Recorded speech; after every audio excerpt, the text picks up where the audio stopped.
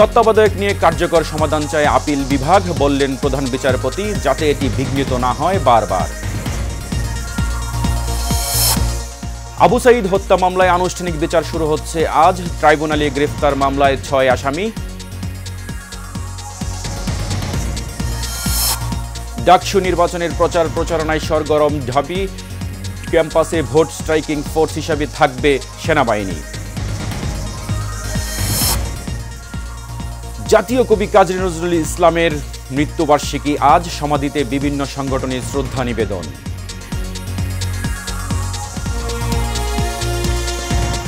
স্বাগত এশিয়ান নিউজে, আপনাদের সাথে আছি আমি রকিব মানিক। এতক্ষণ শুনছিলেন বিআরবি কেবল ইন্ডাস্ট্রিজ লিমিটেড সংবাদ শিরোনাম।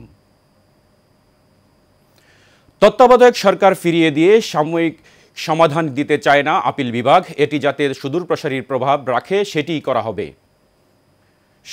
সকালে তত্ত্বাবধায়কের রিভিউ শুনানিতে প্রধান বিচারপতি ডক্টর সৈয়দ রেফাত আহমেদ এসব কথা বলেন। প্রধান বিচারপতি বলেন, তত্ত্বাবধায়ক নিয়ে কার্যকর সমাধান চায় আপিল বিভাগ, যাতে এটা বারবার বিঘ্নিত না হয়। এদিন সকালে তত্ত্বাবধায়ক সরকার ব্যবস্থা ফেরাতে সংবিধানের ত্রয়োদশ সংশোধনী বাতিল করে দেওয়ার রায়ের দ্বিতীয় দিনের রিভিউ শুনানি শুরু হয়। প্রধান বিচারপতি ডক্টর সৈয়দ রেফাত আহমেদের নেতৃত্বাধীন ৭ বিচারপতির আপিল বেঞ্চে দ্বিতীয় দিনের শুনানি শুরু হয়।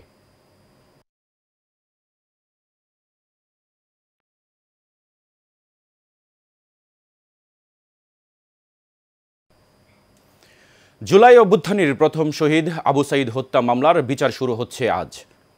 আন্তর্জাতিক অপরাধ ট্রাইব্যুনাল ২ এর এই মামলার সূচনা বক্তব্যে অনুষ্ঠিত হবে, সেই সাথে সাক্ষ্য গ্রহণও হতে পারে আজ থেকেই। এর আগে ৬ আগস্ট বেগম রোকেয়া বিশ্ববিদ্যালয়ের সাবেক ভিসি হাসিবুর রশিদ সহ ৩০ জনের বিরুদ্ধে অভিযোগ গঠন করে বিচার শুরুর আদেশ দেন ট্রাইব্যুনাল ২। সকালে এই মামলার গ্রেফতার ৬ আসামিকে ট্রাইব্যুনালে হাজির করা হয়। আর রেবরির সাবেক ভিসি সহ ২৪ জন এখনও পলাতক রয়েছেন। তাদের পক্ষে ইতিমধ্যেই সরকারি খরচে ৪ জন আইনজীবী নিয়োগ দেওয়া হয়েছে।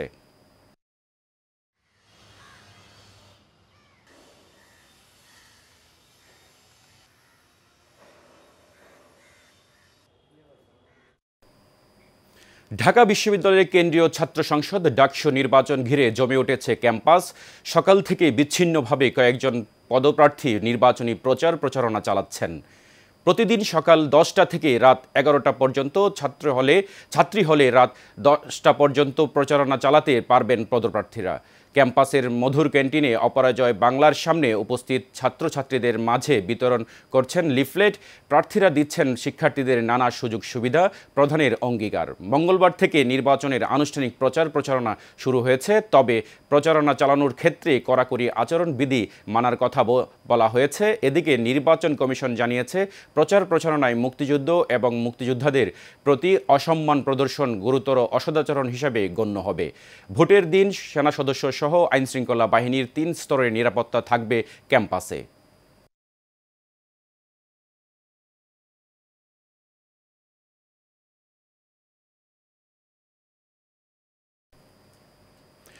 আজ জাতীয় কবি কাজী নজরুল ইসলামের ৪৯তম মৃত্যুবার্ষিকী। বিদ্রোহী কবি হিসেবে খ্যাত নজরুল ছিলেন বাংলা সাহিত্যের অসাম্প্রদায়িক চেতনার প্রতীক।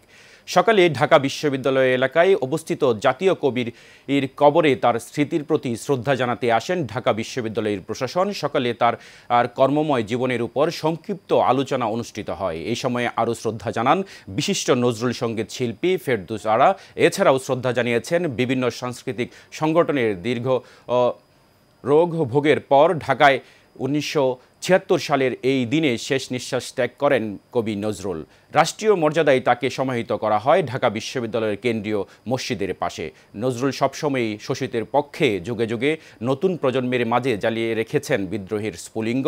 তাই ২৪-এর গণঅভ্যুত্থানে নজরুল যেন নতুন রূপে ফিরে এলেন বিপ্লবের বিদ্রোহে। কাজী নজরুল ইসলামের দৌহিত্রী খিলখিল কাজীকে তিনি তার পূর্বপুরুষের যে গৌরবজনক অধ্যায় সেটাকে ধারণ করার জন্য, সেটাকে লালন করার জন্য রাজধানীতে বাস চলাচলের নতুন নিয়ম আনছে সরকার।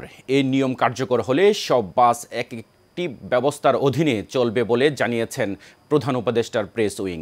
মঙ্গলবার রাতে প্রেস উইংয়ের ফেসবুক পেজে এ বিষয়ে একটি বিবৃতি প্রকাশ করা হয়। এতে বলা হয়েছে, ঢাকার বাস পরিবহন দীর্ঘদিন ধরেও কোনো নিয়ন্ত্রণ ছাড়াই চলার কারণে যাত্রীরা প্রতিদিন জ্যাম, দুর্ঘটনা, ভাড়ায় প্রতারণা এবং নানা ভোগান্তির শিকার হন। ঢাকার যানজটের কারণে বছরে প্রায় 37,000 কোটি টাকার ক্ষতি হচ্ছে এবং প্রতিদিন 32 লক্ষ কর্মঘণ্টা নষ্ট হচ্ছে। এজন্যই সরকার এমন পরিবর্তনের কথা ভাবছে বলে জানায় প্রেস উইং। বিবৃতিতে আরও বলা হয়, এই সিস্টেমের মাধ্যমে সার্বিক যানজট, ভাড়ার ও প্রতারণা, বিশৃঙ্খলা কমবে এবং যাত্রীদের নিরাপত্তা বাড়বে।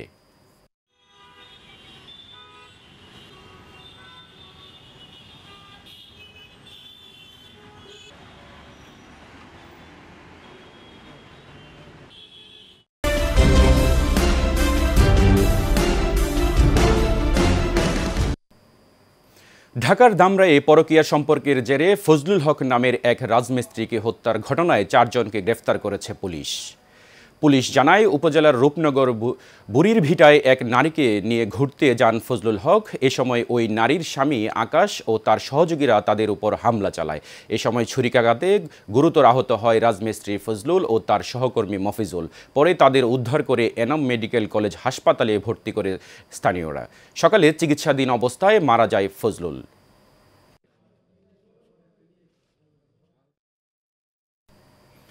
সাভারের আশুলিয়ায় শিশুকে ধর্ষণের অভিযোগে একজনকে আটক করেছে পুলিশ। মঙ্গলবার রাতে আশুলিয়ার বগাবাড়ি বাজারের একটি বাড়ি থেকে তাকে আটক করা হয়। আটককৃত আব্দুস সামাদ আশুলিয়ার ওই বাড়িতে ভাড়া থাকতেন। স্থানীয়রা জানায়, গত রবিবার সন্ধ্যায় ভুক্তভোগী শিশুসহ আরও 2 থেকে 3 জন শিশু ওই বৃদ্ধের বাসায় যায়। কিছুক্ষণ পর বাকি শিশুরা চলে আসলেও ভুক্তভোগী শিশু ওই বৃদ্ধের বাসায় কিছু সময় থাকে। পরে অভিযুক্ত বৃদ্ধ ঘটনাস্থল থেকে কৌশলে পালিয়ে যায়। বিষয়টি জানাজানি হলে স্থানীয়রা সামাদকে আটক করে পুলিশকে খবর দেয়।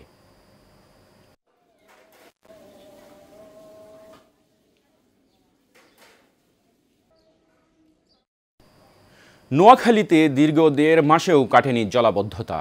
কৃষকদের বিভিন্ন ফসল এখনও রয়েছে পানির নিচে। জেলার কবিরহাটে রিকশার দোকানের জন্য 2টি খালের পানি নিষ্কাশন বন্ধ রয়েছে।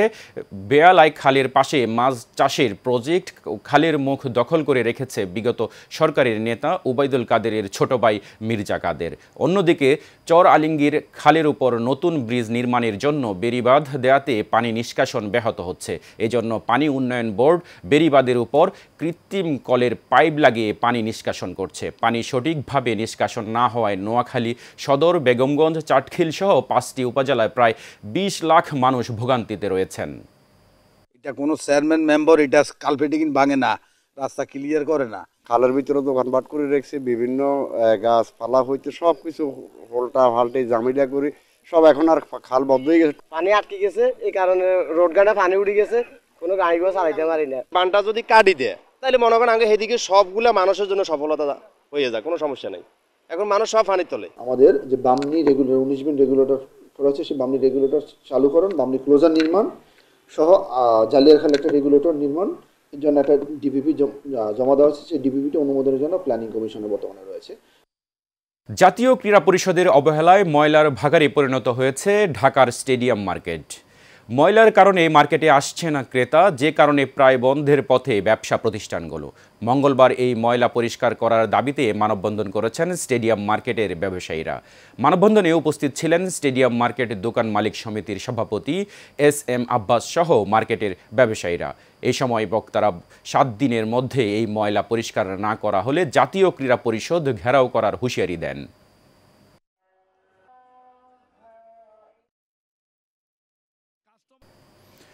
প্রকৌশল খাতের সংস্কারে কার্যকরী কমিশন গঠনের দাবিতে বিক্ষোভ সমাবেশ ও ব্লকেড কর্মসূচি করেছে চট্টগ্রাম প্রকৌশল ও প্রযুক্তি বিশ্ববিদ্যালয়ের শিক্ষার্থীরা।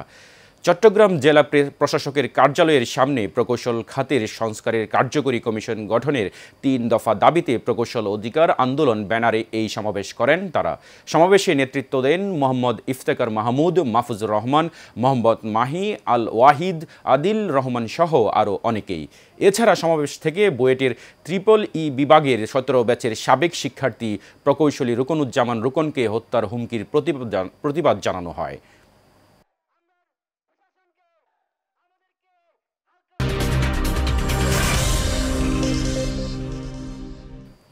খেলার খবর। 2 দিন বিরতি দিয়ে সাফ অনূর্ধ্ব-17 নারী চ্যাম্পিয়নশিপে আবারও নেপালের বিপক্ষে মাঠে নামছে বাংলাদেশ। ভুটানের চাংলিমিথাং স্টেডিয়ামে খেলাটি মাঠে গড়াবে বিকেল 3টায়।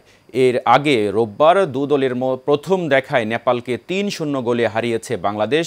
শিরোপা রেসে টিকে থাকতে ফিরতি ম্যাচেও জয়ের বিকল্প নেই লাল সবুজের প্রতিনিধিদের সামনে।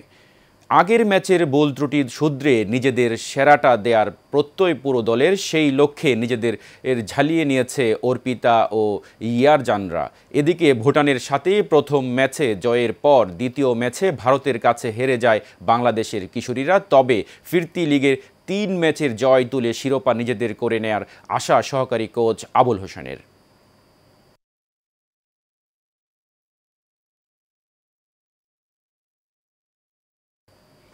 শেষ করব এশিয়ান নিউজ, তার আগে বিআরবি কেবল ইন্ডাস্ট্রিজ লিমিটেড সংবাদ শিরোনাম জানাবো আরও একবার।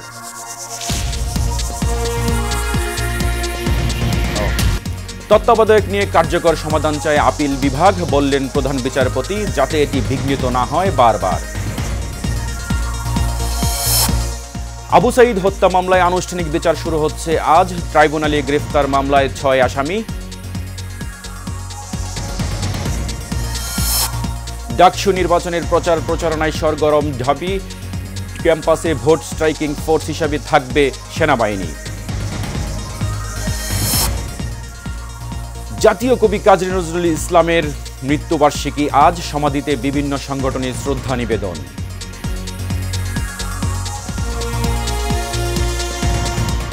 এশিয়ান নিউজে এই পর্যন্তই।